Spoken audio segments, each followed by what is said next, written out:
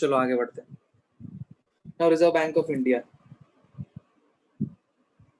The Reserve Bank of India was established on April 1st, 1935 in accordance with the provisions of Reserve Bank of India Act 1934.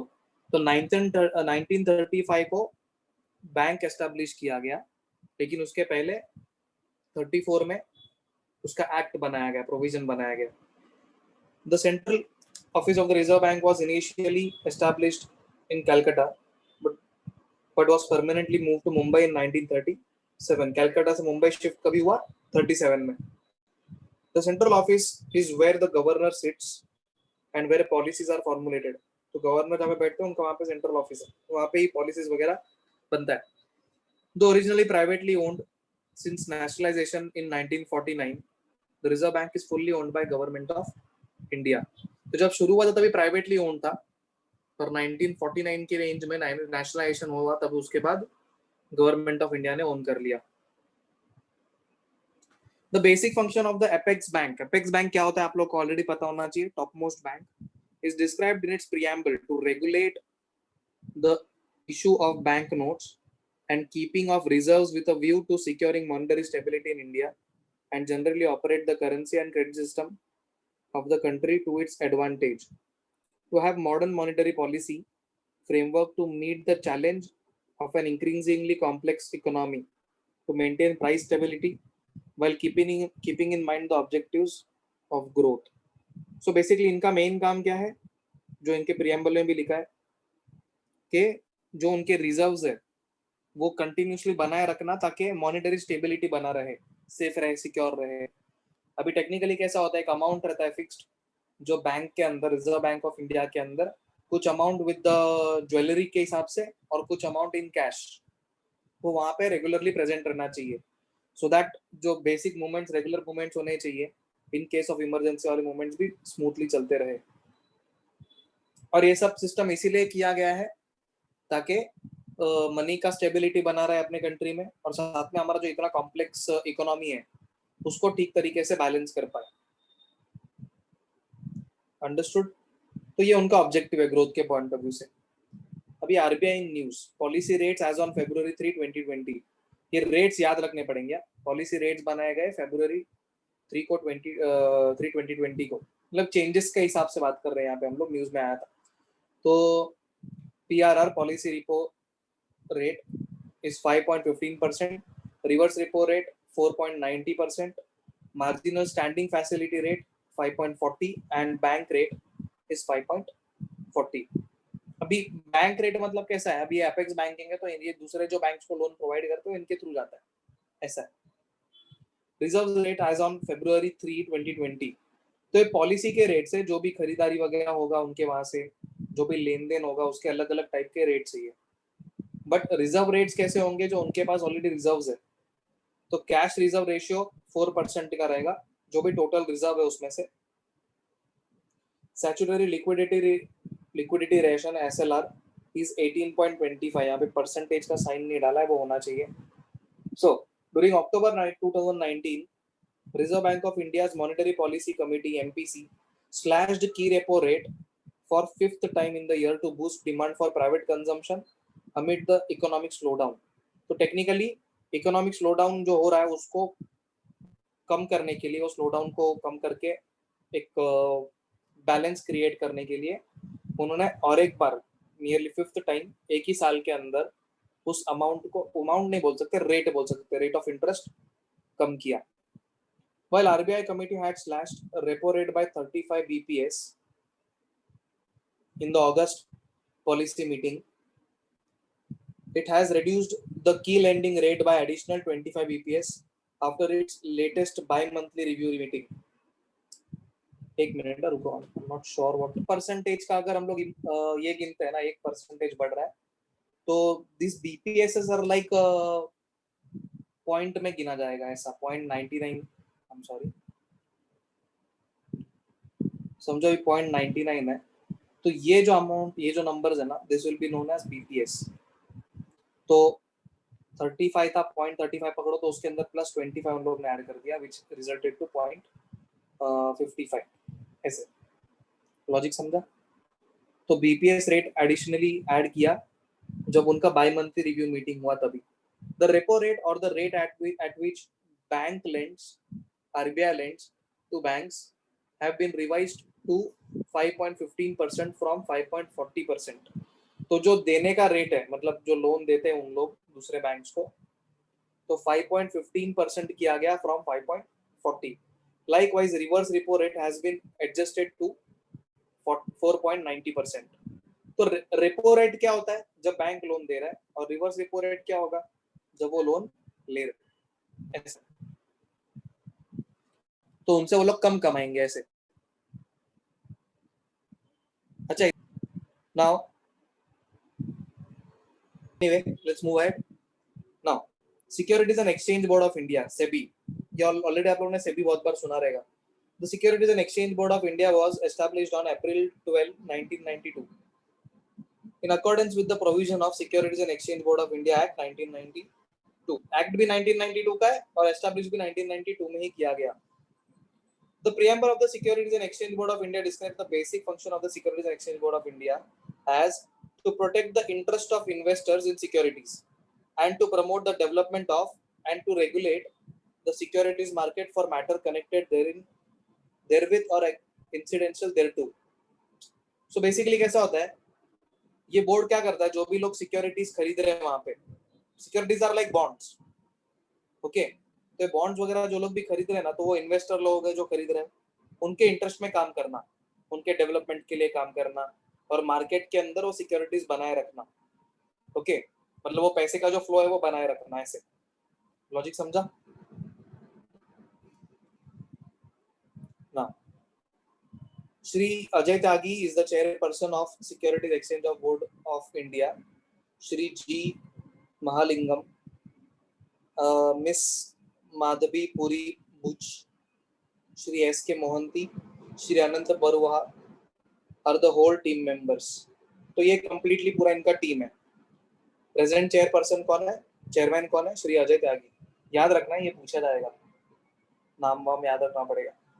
SEBI news SEBI scores complaint issue scores है ना एक type का platform है इनका जिसके अंदर सेबी के related जो भी कंप्लेंट्स आते हैं ना वो कंप्लेंट्स को ये लोग वहां पे बैठ के बात करके सॉल्व करने को ट्राई करते हैं.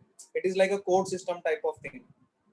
Supreme court of 20 on 27 Jan 2020 has set a 4-month deadline for SEBI to probe complaints received on its scores platform. Complaint scores platform पे आया है तो उन लोग को 4 महीने का डेडलाइन मिला सेबी को कि कंप्लेंट्स को आपने जो भी अगर गलत रहेगा सही रहेगा उसको पता करो और उसको रिजॉल्व करो. कौन कौन ये कंप्लेंट डाला रहेगा भारत निधि पीएनबीएफ एंड कमैक तो ये लोग ने जो भी कंप्लेंट्स है ना उसको रिजॉल्व करने को ट्राई करना है और वो नहीं रिजॉल्व कर पाते उनके स्कोर्स वाले सिस्टम के थ्रू प्लेटफॉर्म के थ्रू तो सुप्रीम कोर्ट उसके अंदर फिर इंटरवीन करेगा. लॉजिक समझा उसका प्रोसेस है मतलब टाइम पीरियड मिलता है एक्सटेंशन मिलता है फिर भी सेट नहीं होता है तो सुप्रीम कोर्ट इंटरवीन करता है तो यूजुअली सुप्रीम कोर्ट इंटरवीन नहीं करेगा. इन नवंबर 2019 द सिक्योरिटीज अपीलेट ट्रिब्यूनल मतलब होता है इनके बीच में बातचीत करके सॉल्व करवाना. ट्रिब्यूनल इज सिंपल टर्म्स में ट्रिब्यूनल क्या होता है दो पार्टीज के बीच में समझौता वगैरह कराने टाइप का सिचुएशन इज कॉल्ड ट्रिब्यूनल. तो एसआईटी करके एक टीम है सैट करके एक टीम है जो सेबी को has asked SEBI to probe these complaints but SEBI challenged the tribunal order in the Supreme Court. तो ट्रिब्यूनल ने क्या बोला कि तुम इस कंप्लेंट्स को ध्यान रखो और इसको सॉल्व करने को ट्राई करो लेकिन सेबी ने क्या किया अगर वो लोग को लगता है कि कंप्लेंट रॉन्गफुल है तो सेबी उनको चैलेंज कर सकता है कोर्ट में कि आप जो बोल रहे हो गलत है करके तो हमारे ऑर्डर हमारे जो भी वर्किंग्स है उसको आप स्टॉप नहीं कर सकते ऐसा तो वो भी चैलेंज कर सकते हैं if they are right depends. Yeah, tribunal order in the Supreme Court seeking stay on its operation and effect. तो सेबी का जो भी ऑपरेशन और इफेक्ट चल रहा है उसको चालू रहने देना चाहिए. The complete stay has not been granted by Supreme Court. Stay मिला लेकिन complete stay नहीं मिला है. The Supreme Court has given only a relief to SEBI by diluting SAT's observation and extended the deadline for the probe without granting a stay on the operation or effect of the order. So basically जो operation है या जो उनके चीजें काम वगैरह चलता है उसको कम्प्लीटली स्टॉप नहीं किया है बट सुप्रीम कोर्ट ने डाइल्यूट किया है उन चीजों को, जो भी उनके ऑब्जर्वेशंस रहे। सैट एक टीम है जो ऑब्जर्व वगैरह करता है और बातचीत करने को, प्रॉब्लम्स को सॉल्व कराने को ट्राई करता है, और जब जरूरत पड़ेगा तो रेलिवेंट एक्शंस भी ले सकते हैं, पॉसिबिलिटी है ऐसा। बट उनके जो भी एलिगेशंस रहेंगे तो ऐसा नहीं कि इमीडिएटली जो भी एलिगेशंस लगा तुरंत का तुरंत स्टॉप हो जाएगा, उसके अंदर छानबीन किया जाएगा, इट विल टेक टाइम, और फिर उसके बाद प्रॉपर किसी सोल्यूशन पे आएंगे। तब तक क्या सेबी अपने काम बंद नहीं कर सकता, क्योंकि SEBI is playing a very important major role ऐसा इन डेवलपमेंट। अच्छा इतना सोर्स का फुल फॉर्म है SEBI, SEBI complaints redressal system.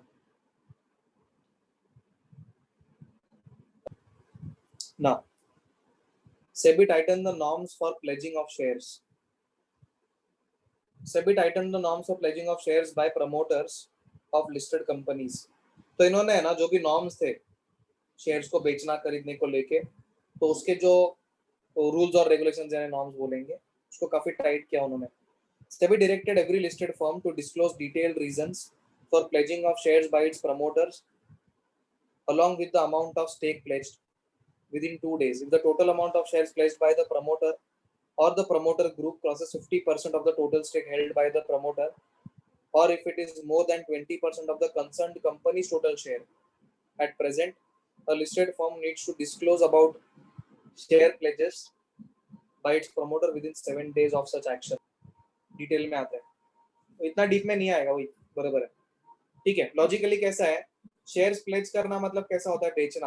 अभी आप शेयर्स वगैरह कब बेचोगे, जब का फाइनेंशियल हालत बहुत टाइट रहेगा, तभी आप बेच सकते हो। तो अगर कोई कंपनी या ग्रुप ऑफ कंपनीज है जिनका स्टेक होल्डिंग हो जाता है नियरली 50% के रेंज में, तो सेबी ने उन लोगों को डायरेक्शंस दिया है कि इस तरह ही आप करोगे। ओके, तो अगर 50% के ऊपर जाता है ना टोटल स्टेक, तो मतलब आप लोगों ने शो करना है कंपनी का स्टेक 50% के ऊपर। अंडरस्टूड?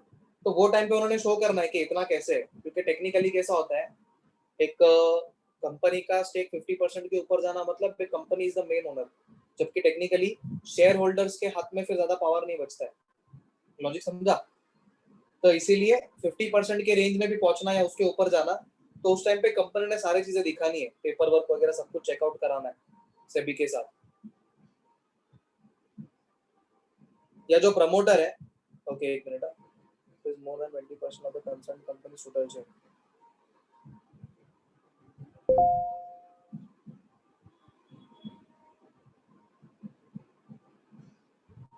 हाँ, अगर 20% से ज्यादा कोई भी एक पार्टी किसी कंपनी का 20% से भी ज्यादा share, total share capital hold करता है, तो भी उन्होंने डिटेल्स दिखाना है कितना है क्या है करके ऐसे। तो मतलब वो बहुत टाइट कर दिया है, पहले ऐसा नहीं था, बाद में ये नॉर्म्स वगैरह टाइटन किए गए। तो ऐसे अभी करंटली कैसा है, a listed firm needs to disclose about share pledges by its promoters within 7 days of such an action.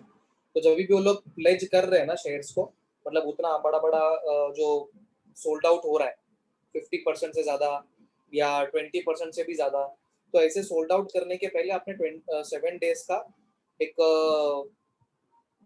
Disclosure discuss करना है कि आप बेचने वाले हो करके ऐसे, so that at least company वो टाइम पे फिर वो अलर्ट रहेगी वो चीजों को लेके कि those are been sold or whatsoever। का मतलब क्या समझ के चलने का पता है, नॉर्मली एक कंपनी को रन करने के लिए पैसा चाहिए, तो पैसा नहीं है तो वो टाइम पे वो शेयर्स को रिलीज करेगा ताकि रनिंग कैपिटल जो हो, जो मार्केट अगर ठंडा रहता है, जब पैसा नहीं आ रहा है, तो वो टाइम पे शेयर्स बेच के वो पैसा वो लोग खड़ा कर सकते हैं। बस उसको लेके उन लोगों ने रूल्स और रेगुलेशंस टाइट किए।